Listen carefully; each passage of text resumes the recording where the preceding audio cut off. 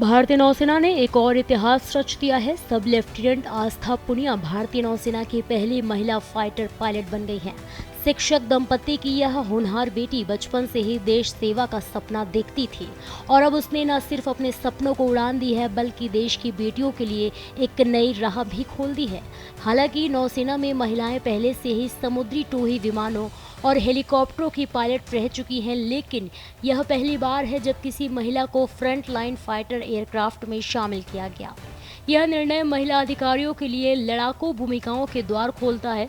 सब लेफ्टिनेंट आस्था पुनिया को 3 जुलाई 2025 को विशाखापट्टनम में आईएनएस डेगा में आयोजित एक समारोह में विंग ऑफ गोल्ड से सम्मानित किया गया।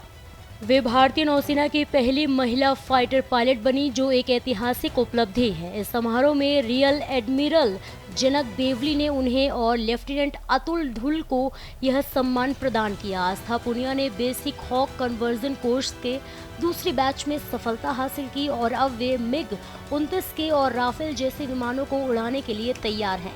यह उपलब्धि नारी सशक्तिकरण और भारतीय नौसेना में महिलाओं की बढ़ती भूमिका का प्रतीक है। आस्था की इस उपलब्धि पर पूरे देश में गर्व की लहर है। भारतीय नौसेना ने उन्हें फाइटर पायलट के रूप में तैयार करने के लिए विशेष प्रशिक्षण प्रदान किया, जिसमें उन्होंने हर कसौटी पर खुद को साबित किया। अब वे मिग 29 के जैसे अत्याधुनिक लड़ाकू विमानों को उड़ाने में सक्षम है, जो नौसेना के एयरक्राफ्ट कैरियर पर तैनात रहते हैं। नौसेना की ओर से जारी बयान में कहा गया है कि आस्था पुनिया की यह उपलब्धि नारी शक्ति को वास्तविक अर्थों में आगे ले जाने वाली है। इससे नौसेना में महिलाओं की भागीदारी को बढ़ावा मिलेगा और आने वाली पीढ़ियों के लिए भी प्रेरणा बनेगी। अपने सम्मान समारोह के बाद आस्था ने मीडिया से बातचीत में कहा, यह मेरे लिए गर्व और जिम्मेदारी दोनों का क्षण है। मेरे बचपन से ही आसमान में उड़ने का सपना देखा था। आज मैं जो कुछ भी हूँ उसमें मेरे माता पिता, प्रशिक्षकों और देश की सेना का बड़ा योगदान है। आस्था पुनिया की यह ऐतिहासिक उड़ान सिर्फ एक व्यक्तिगत सफलता नहीं बल्कि देश की बेटियों के सपनों को पंख देने वाली एक मिसाल है। उनका यह कदम भारत में महिला सशक्तिकरण की दिशा में एक और मजबूत कदम माना जा रहा है।